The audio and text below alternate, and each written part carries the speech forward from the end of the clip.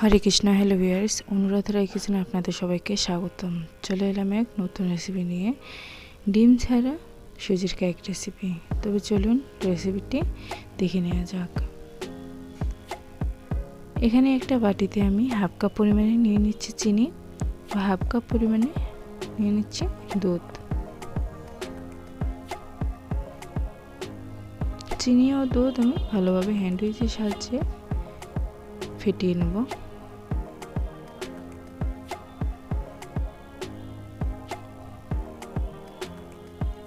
এই তো দুধ ও চিনি আমি ভালোভাবে ফেটিয়ে নিয়েছি, ফেনা ফেনা তৈরি হয়ে গেছে। আর এর মধ্যে দিয়ে দিব রান্না করা রেগুলার 1/3 কাপ তেল। আমি আবারও ভালোভাবে মিশিয়ে নিয়েছি। এখন এর মধ্যে দিয়ে দেব 1 কাপ পরিমাণে কাঁচা সুজি।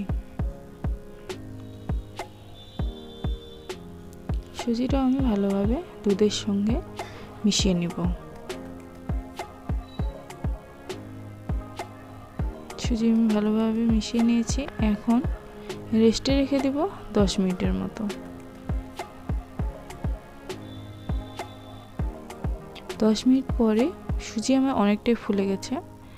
এখন এর মধ্যে দিয়ে দিব শুকনো উপকরণগুলি। এখানে আমি একটা চালনি নিয়েছি। এখন এর মধ্যে দিয়ে দেব হাফ কাপ পরিমাণে ময়দা, 1 চা চামচ পরিমাণে বেকিং পাউডার, হাফ চামচের 3 ভাগে 2 ভাগ দিয়ে দেব সোডা। শুকনো উপকরণগুলি এখন ভালোভাবে চেলে নেব।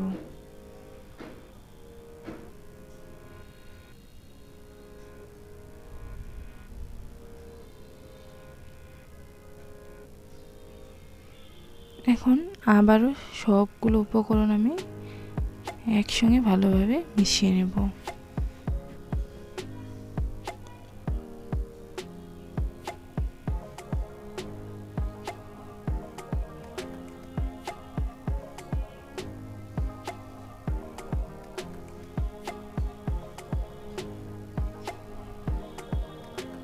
ব্যাটার আমার কাছে একটু শক্ত মনে হচ্ছিল, তাই আমি 2 টেবিল চামচ দুধ আমি দিয়ে দেব। আবার দুধটা দিয়ে ভালোভাবে মিশিয়ে নেব। এখন এর মধ্যে দিয়ে দিচ্ছি হাফ চা চামচ পরিমাণে ভ্যানিলা এসেন্স, আর দিয়ে দেব 1 টেবিল চামচ লেবু রস। আপনারা চাইলে ভিনেগারও দিতে পারেন। আমার কাছে ভিনেগার ছিল না, তাই আমি লেবু রসটাই ব্যবহার করতেছি। এখানে আবারও ভালোভাবে মিশিয়ে নেব।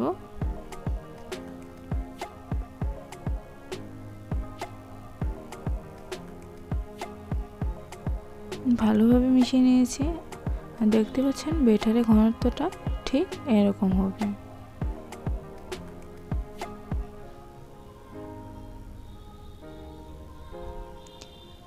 কেক বানানোর জন্য একটা আমি পাত্র নিয়েছি, আর এখানে সামান্য পরিমাণে দিয়ে দিচ্ছি তেল। তেল আমি ভালোভাবে মেখে নেব চারপাশটা।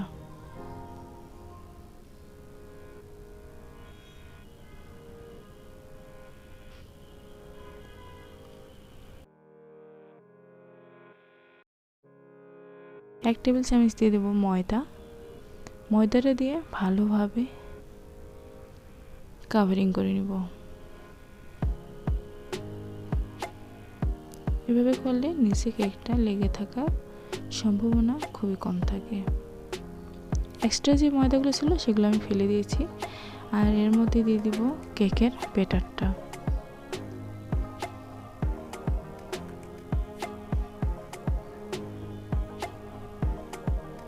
এখন 2-3 বার এভাবে ডেপ ডেপ করে নেব। ভিতরে যদি বাতাস থাকে সেটা যেন বের হয়ে যায়। কড়াই আমি আগে থেকে প্রিহিট করে নিয়েছি 5 মিনিটের মতো।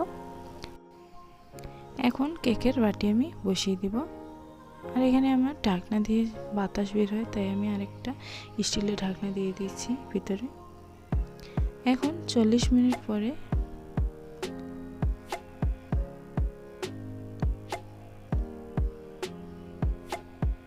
টুথপিকের সাহায্যে চেক করে নেব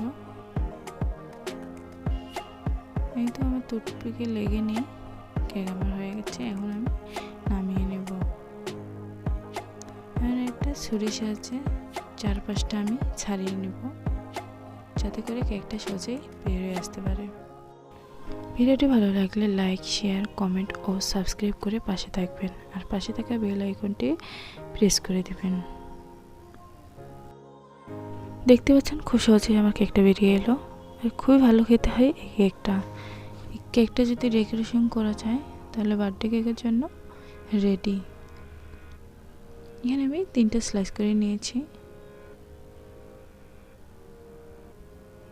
দেখতে পাচ্ছেন কতটা সুন্দর হয়েছে, পারফেক্টলি ভাবে আমার কেকটা হয়ে গেছে। তো আপনারা অবশ্যই ট্রাই করবেন। ভালো থাকবেন, সুস্থ থাকবেন। হরে কৃষ্ণ।